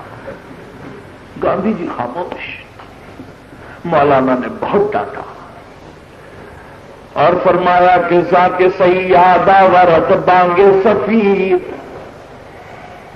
ذاک سیادہ ورد بانگے سفیر، تاکہ گیرد مرغ را مرغ گیر۔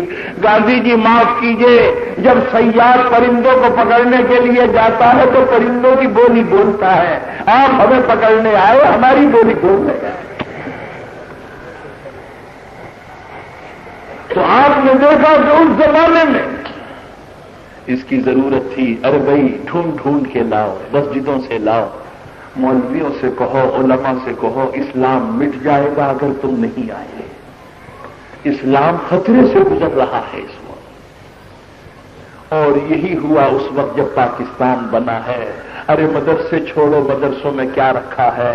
اگر پاکستان بنانے کی کوشش تم نے نہیں کی، اگر اس کے لیے تم نے الیکشنوں میں حصہ نہیں لیا، اگر اس کے لیے تم نے جلسے نہیں کیے، اگر اس کے لیے دن اور رات کو نہیں جاگے، تو دیکھو ایسا ہو جائے گا، ویسا ہو جائے گا۔ اور حضرت مولانا تھانوی رحمۃ اللہ علیہ فرمایا کرتے تھے، بڑی مزے کی بات فرماتے تھے کہ اس بیچارے مولوی کو حجرے سے نکال کے تم میدان میں لا رہے ہو، حجرے سے نکال کے میدان میں لا رہے ہو۔ تو فرماتے تھے کہ بھئی سوچ لینا، اگر میدان تمہارے قبضے میں نہ آیا تو حجرہ بھی جائے گا تمہارا۔ چنانچہ ہوا یہی، اس زمانے میں ان کو لائے، اور جب منزل مقصود پہ پہنچ گئے تو انہوں نے کہا مولانا صاحب اب آپ حجرے میں آرام فرمائیے، اب سیاست میں دخل نہ دیجیے، اب آپ کی ضرورت باقی نہیں رہی، باقی آپ کا بہت بہت شکریہ کہ منزل ہمیں حاصل ہو۔ اسی لیے میں نے عرض کیا کہ یاد رکھیے، انسانوں کے ساتھ دھوکہ کھیلا جا سکتا ہے، اللہ کے ساتھ دھوکہ نہیں کیا جا سکتا۔ جب تک اس ملک کے اندر خدا کا قانون جاری نہیں ہو جائے گا اور صحیح معنی میں اسلام قائم نہیں ہو جائے گا، خدا کی قسم اس ملک کے اندر ایک لمحے کے لیے بھی چین و سکون کبھی پیدا نہیں ہو سکتا۔ اس کی وجہ یہ ہے، لاکھوں انسانوں کا خون پکار پکار کے کہہ رہا ہے، کیا کہہ رہا ہے؟ میرے خاک و خون سے تو نے یہ جہاں کیا ہے پیدا، میرے خاک و خون سے تو نے یہ جہاں کیا ہے پیدا، سورہ شہید کیا ہے تب اتاب جاویداں۔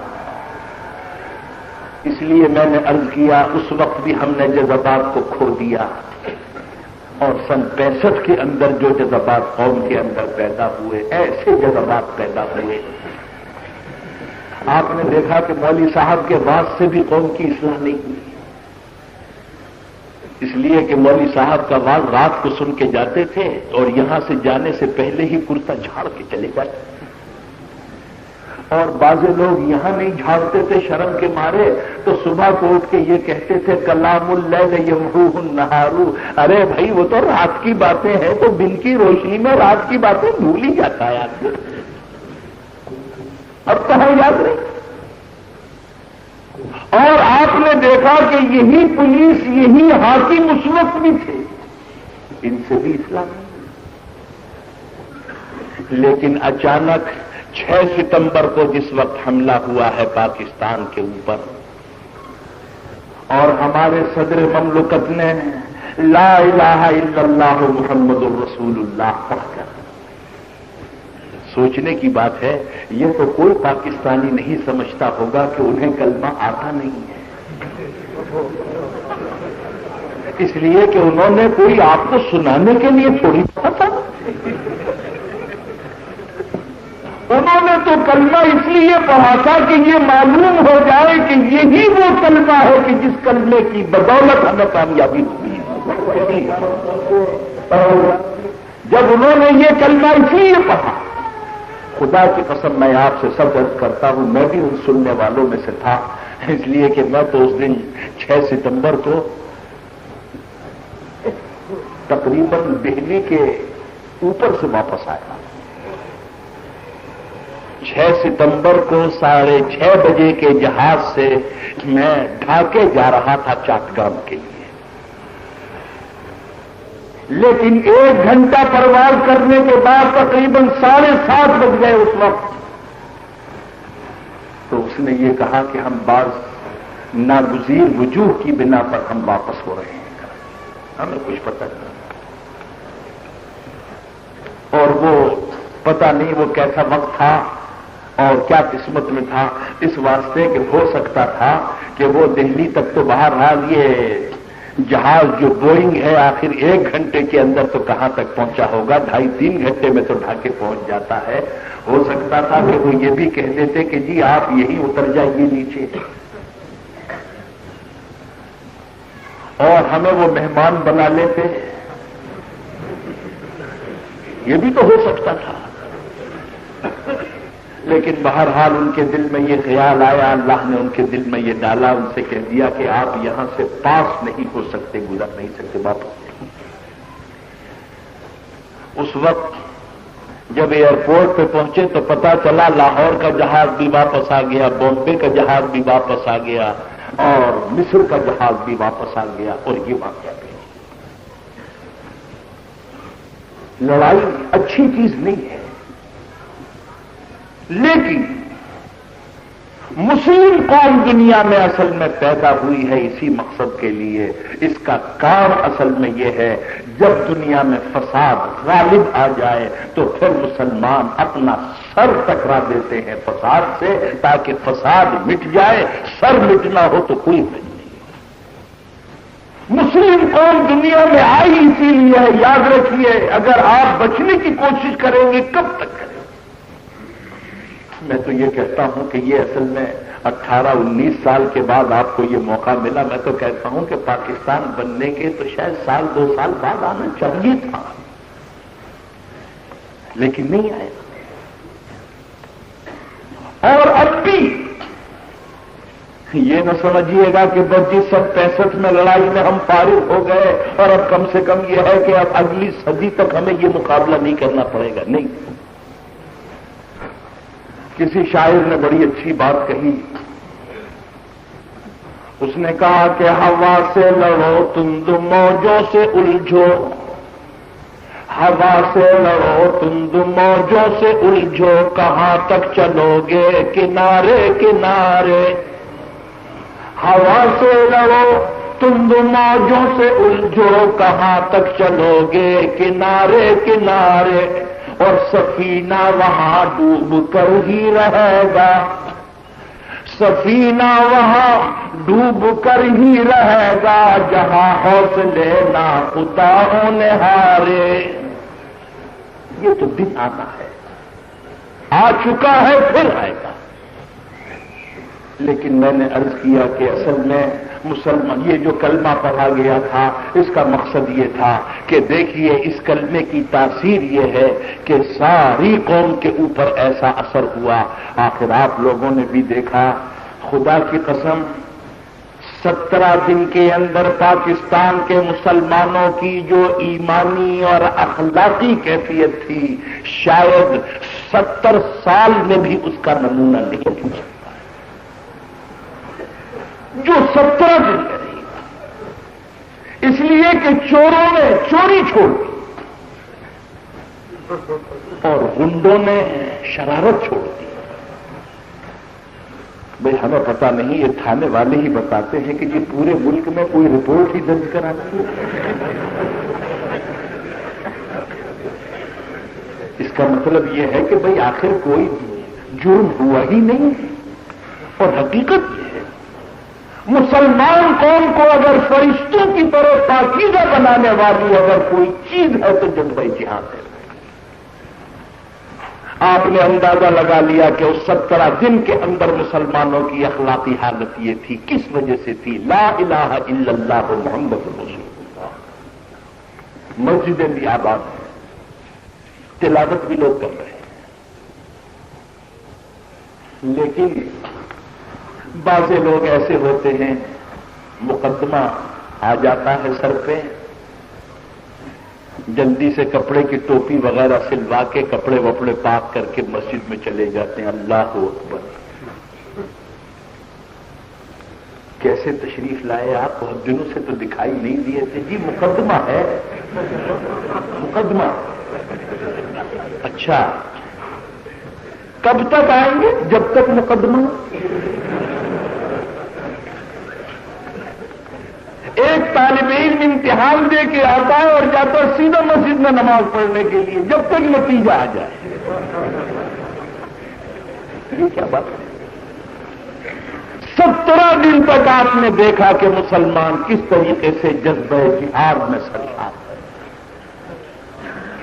خدا کی قسم اس وقت کا مسلمان کسی عورت کی آبرو لے نہیں سکتا تھا. اس وقت کا مسلمان کسی کے گھر میں چوری کر نہیں سکتا تھا. اس وقت کا مسلمان کوئی غنڈہ گردی کر نہیں سکتا تھا. اور معاف کیجیے گا حکومت کو بھی اصل میں اتنے لٹھ بازوں کی ضرورت نہیں تھی. ساری قوم مل کے خود ہی تعاون کرتی. یعنی کبھی کبھی ایسا بھی ہوتا ہے کہ حکومت کے آدمی انتظام کرنے والے پولیس والے اتنی بڑی تعداد میں ہوتے ہیں کہ لوگوں کو یہ خیال ہوتا ہے کہ اس ملک کی آبادی زیادہ ہے یا پولیس زیادہ ہے. وجہ یہ ہے کہ جب قوم تعاون نہ کرے تو پھر یہی کرنا پڑتا. اور اگر ساری قوم مل کے تعاون کر رہی ہو تو پھر یہ پتہ نہیں چلتا ہے. اس لیے کہ اس زمانے میں آپ نے نہیں دیکھا، میں نے دیکھا ہے کہ اس زمانے میں شاید پاکستان کی پوری تاریخ میں فوجیوں کو اتنے پیار اور محبت سے کبھی نہیں دیکھا گیا جتنا کہ اس زمانے میں مسلمانوں نے فوجیوں کو پیار کیا.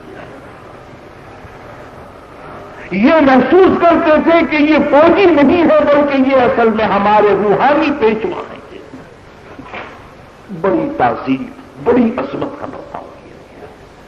میرا مطلب یہ تھا کہ یہ جو حالات تھے یہ بتائیے کتنا اونچا کیریکٹر پیش کرتا ہے. یہ کاہے کی بدولت تھا؟ لا الہ الا اللہ محمد رسول اللہ. پھر بھائی بات یہ بھی ہے اصل میں ہم چھوٹی سی کرسی پہ بیٹھ کے پڑھیں تو اثر بھی چھوٹا ہوتا ہے اور کوئی بڑی کرسی پہ بیٹھ کے پڑھو تو اثر بھی بڑا ہوتا ہے. بہرحال یہ اسی کلمے کا اثر تھا کہ ساری قوم جو تھی اصل میں بااخلاق ہو گئی، خدا ترس بن گئی. پھر اس کے بعد جنگ ختم ہو گئی. اب انہوں نے کہا کہ صاحب وہ ڈیفینس فنڈ کے لیے چندہ جمع کرنے کے لیے ورائٹی شو ہوگا اور وہ فلانی بائی جو ہے وہ ناچے گی، اس سے جو آمدنی ہوگی وہ ڈیفینس فنڈ میں دی جائے گی. اس کے بعد آپ نے دیکھا کہ بد اخلاقی کی اور عریانی کی حد ہوگی. کیا ایمانداری سے بتائیے اللہ نے جو ہمیں فتح عطا فرمائی، جو خدا نے ہماری مدد کی، اور حقیقت یہ ہے یہ کوئی بات غلط بات نہیں ہے. ہو سکتا ہے کہ اللہ تعالیٰ نے فرشتوں سے اور ملائکۃ اللہ کے ذریعے سے ہماری مدد کی. اس لیے کہ یہ ضروری نہیں ہے کہ ملائکۃ اللہ غزوہ بدر ہی میں آ سکتے ہیں اور غزوہ احد ہی میں آ سکتے نہیں، بلکہ اصل میں دل کی کیفیت ویسی پیدا کر لیجئے ہر جہاد میں فرشتے آ سکتے. فرمایا کہ فضائے بدر پیدا کر فرشتے تیری نصرت کو، فضائے بدر پیدا کر فرشتے تیری نصرت کو، اتر سکتے ہیں گردوں سے قطار اندر قطار اب بھی فرشتے آ سکتے. اور کیا عجب ہے کہ فرشتوں کے ذریعے سے اللہ تعالیٰ نے مدد فرمائی ہو اور اس سے پہلے بھی اللہ نے مدد کی ہے. اور کیا عجب ہے کہ فرشتوں کے ذریعے سے اللہ تعالیٰ نے مدد فرمائی ہو اور اس سے پہلے بھی اللہ نے مدد کی ہے. لیکن اس کے بعد آپ نے دیکھا کہ ہم نے اللہ کے اس انعام کا بدلہ کس طریقے پہ دیا. پہلے سے زیادہ بے حیائی اختیار کر لی، پہلے سے زیادہ عریانی اختیار کر لی، پہلے سے زیادہ ناچ و رنگ اختیار کر لیا، پہلے سے زیادہ ورائٹی شو اختیار کر لیے، اور پہلے سے زیادہ گانے بجانے والوں کو تمغے اور انعامات اور یہ اور وہ سب دے کے یہ بتا دیا گیا کہ دراصل کلمے کا اثر نہیں تھا، اثر گانے بجانے کا تھا۔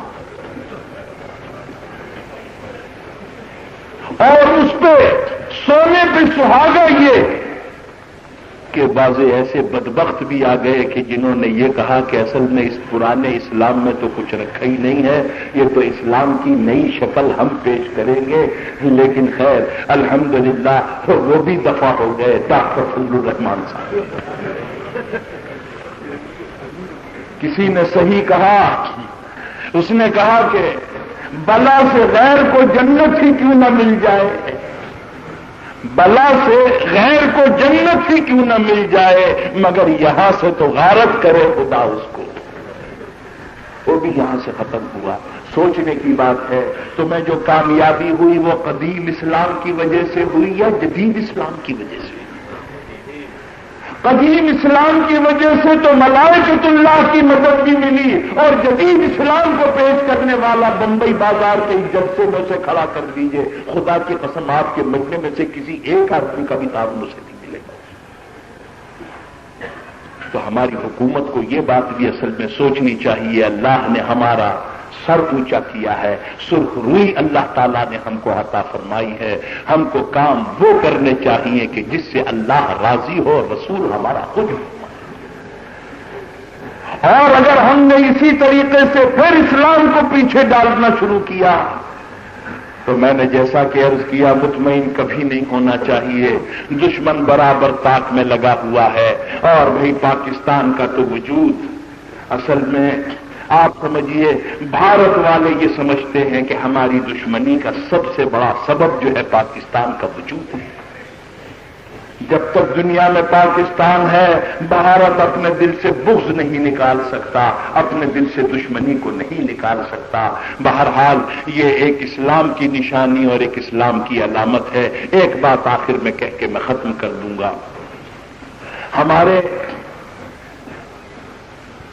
سرکاری اور نیم سرکاری کیا کہوں، لیڈر کہوں یا ملازم کہوں سمجھ میں نہیں آتا۔ اس کی وجہ یہ ہے کہ ایک وہ بنیا تھا، اس کی دکان سے اصل میں کوئی ہجڑا کچھ چیز لے کے بھاگا، تو وہ دکان والا یہ سوچنے لگا کہ میں اس کو مرد کی گالی دوں یا عورت کی گالی دوں۔ تھوڑی دیر تک تو وہ یہی سوچتا ہے۔ اس کی وجہ یہ ہے کہ میں ملازم کہوں یا لیڈر کہوں تو وجہ یہ ہے کہ جتنے ملازم ہیں وہ سب لیڈر ہو گئے، اس لیے یہ سمجھ میں نہیں آتا اصل میں کہ ان کو لیڈر کہا جائے یا ملازم۔ بہرحال ان کو یہ بات معلوم ہونی چاہیے کہ پاکستان یہ افغانستان تک کی سرحد کا ایک ملک نہیں ہے، یہ آپ کا خیال غلط ہے، بلکہ پاکستان جو ہے یہ سارے عالم اسلام کے لیے ایک آہنی دیوار ہے ممالک اسلامیہ کی حفاظت کے لیے۔ اگر اس دیوار کو بیچ میں سے ہٹا دیا جائے تھوڑی سی دیر کے لیے، خدا نہ کرے خدا نہ کرے، اگر آپ اس کو بیچ میں سے ہٹا دیجئے تو خدا کی قسم میں سچ آپ سے کہتا ہوں افغانستان، ایران، عراق، یمن اور اسی طریقے سے جتنے بھی یہ ممالک ہیں، معاف کیجئے ان لوگوں میں اتنا دم ہم نہیں ہے کہ اصل میں وہ بھارت کی ایسی اسلام کش طاقت کے ساتھ مقابلہ کریں جو 40 کروڑ کا جو ملک ہے اس سے مقابلہ کریں، ان کے اتنے اسلحہ سے مقابلہ کریں۔ ان کو اور ہم کو سب کو یہ بات سمجھنی چاہیے، یہ پاکستان جو ایک اسلامی ملک ہے یہ ایک وطن بھی نہیں ہے بلکہ سارے عالم اسلام کی حفاظت کے لیے لوہے کی دیوار ہے۔ اگر اس دیوار کو آپ نے بچا لیا سارا عالم اسلام محفوظ ہے، اور اگر خدا نہ کرے اس دیوار کو نقصان پہنچ گیا تو سارا عالم اسلام خطرے میں آ گیا۔ اس لیے پاکستان کو صرف آپ ایک علاقہ اور ایک خطہ نہ سمجھیں اور صرف ایک اس کو وطن نہ سمجھیں، بلکہ آپ یہ سمجھیں کہ یہ امانت ہے عالم اسلام کی، اللہ کی اور اللہ کے رسول کی امانت ہے۔ بہرحال عرض یہ کرنا تھا کہ آپ اپنے اندر دفاع کا جذبہ پیدا کریں، اپنے اندر روح جہاد پیدا کریں، اور ساتھ ہی ساتھ آج کے دن ہم ان لوگوں کے حق میں دعائے مغفرت کریں، درجات کی بلندی کی دعا کریں کہ جو اس جہاد میں کام آئے ہیں، جام شہادت انہوں نے نوش کیا ہے، اپنی جانوں پر وہ کھیل گئے اور ہماری اور آپ کی عزت و آبرو کو انہوں نے اونچا کر دیا، بلند کر دیا۔ اللہ تعالی جنت میں ان کے مقامات اور ان کے درجوں کو اونچا کر دیا۔ ان کے حق میں آخر میں ہم اور آپ سب کے سب مل کے دعا کریں، اللہم صلی علی سیدنا و مولانا محمد وعلی آل سیدنا و مولانا محمد وبارک وسلم تسلیما کثیرا کثیرا۔ ربنا تقبل منا انک انت السمیع العلیم۔ الحمد للہ رب العالمین الرحمن الرحیم مالک یوم الدین ایاک نعبد و ایاک نستعین اهدنا الصراط اللہم 1965 کی پاک و ہند جنگ کے بعد خطیب العلماء حضرت مولانا احتشام الاغتھانوی نور اللہ مرقدہ یوم دفاع پاکستان اور روح جہاد کے موضوع پر خطاب فرما رہے تھے۔ تیار کردہ پاک ریکارڈنگ سینٹر، دکان نمبر A84، پہلی منزل، کریم سینٹر، زیب النساء اسٹریٹ، صدر کراچی۔ یاد رکھیے نامور قرہ حضرات کی تلاوت، مشہور و معروف حمد و نعتیں، ممتاز علماء کرام اور اکابرین کی تقاریر کے گراں قدر کیسٹوں کا مرکز، پاک ریکارڈنگ سینٹر، دکان نمبر A84، پہلی منزل، کریم سینٹر، زیب النساء اسٹریٹ، صدر کراچی۔ اب فون نمبر 567812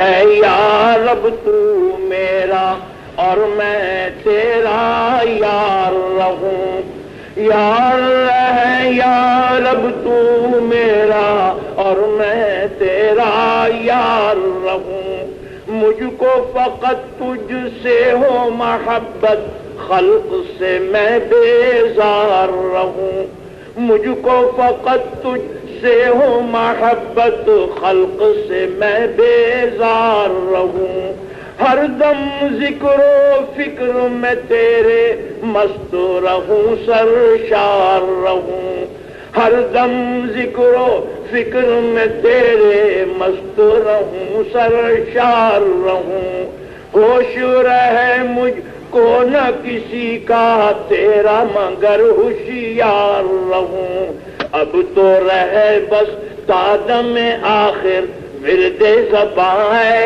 میرے الہ، لا الہ الا اللہ، لا الہ الا اللہ، لا الہ الا اللہ، لا الہ الا اللہ، لا الہ الا اللہ، لا الہ الا اللہ، میرا اور میں تیرا یار رہوں، یار ہے یا رب تو میرا اور میں تیرا یار رہوں، مجھ کو فقط تجھ سے ہو محبت، خلق سے میں بیزار رہوں، مجھ کو فقط تجھ سے ہو محبت، خلق سے میں بیزار رہوں، ہر دم ذکر و فکر میں تیرے مست رہوں، سرشار رہوں، ہر دم ذکر و فکر میں تیرے مست رہوں، سرشار رہوں، اور ہوش رہے مجھ کو نہ کسی کا تیرا مگر ہوشیار رہوں، ہوش رہے مجھ کو نہ کسی کا تیرا مگر ہوشیار رہوں، اب تو رہے بس تادم آخر ورد زباں ہے میرے الہ، لا الہ الا اللہ، الہ